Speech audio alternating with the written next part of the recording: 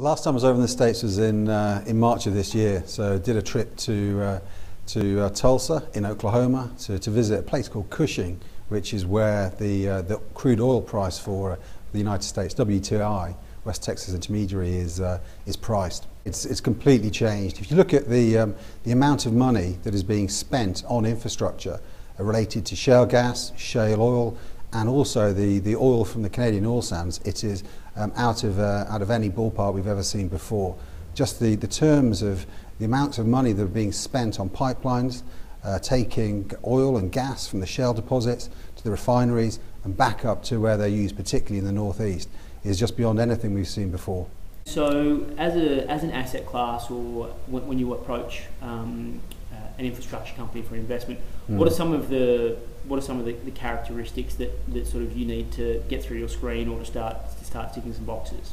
Yeah, it's a good question. There's lots of different definitions about what is infrastructure and what isn't infrastructure. So some of the things that we look for are a good regulation, long-term contracts, preferably a monopoly kind of characteristic, and also no sensitivity to volumes, currencies or commodity prices, because we want to invest in companies that deliver stable cash flow growth through any economic cycle. I like to sleep at night, and I like to build a portfolio where I can sleep at night and not be worried about any of those things. I think domestically, a lot of people would view infrastructure assets as a little bit, I don't want to use the word boring, but maybe they don't see the growth. They look at them more as that annuity style, that income style investment. How do you compare the infrastructure opportunities that are available in Australia compared to those that you see offshore, and what are some of the characteristics? Yeah, I think it's a good point, because not only in Australia but around the world up until fairly recently, infrastructure was seen as sort of dull utilities, yield plays.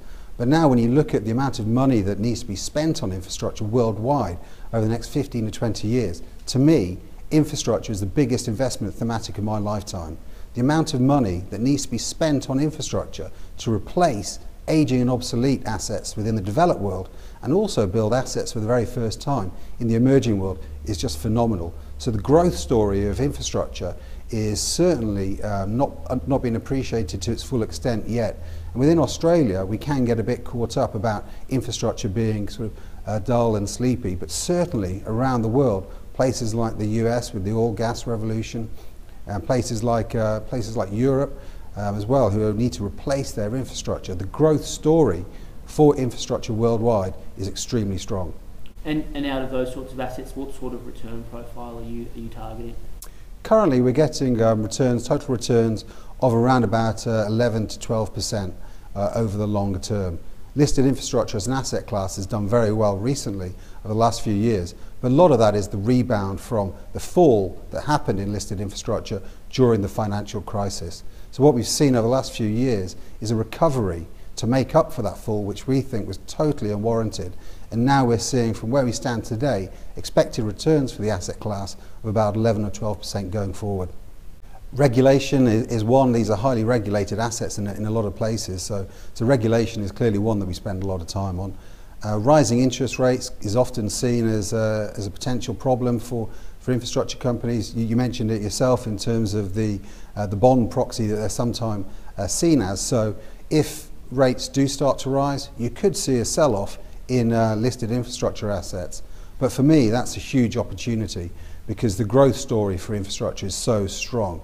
I think that if there is any short-term concern over interest rates rising being bad for infrastructure companies, then that, for my mind, is a great buying opportunity.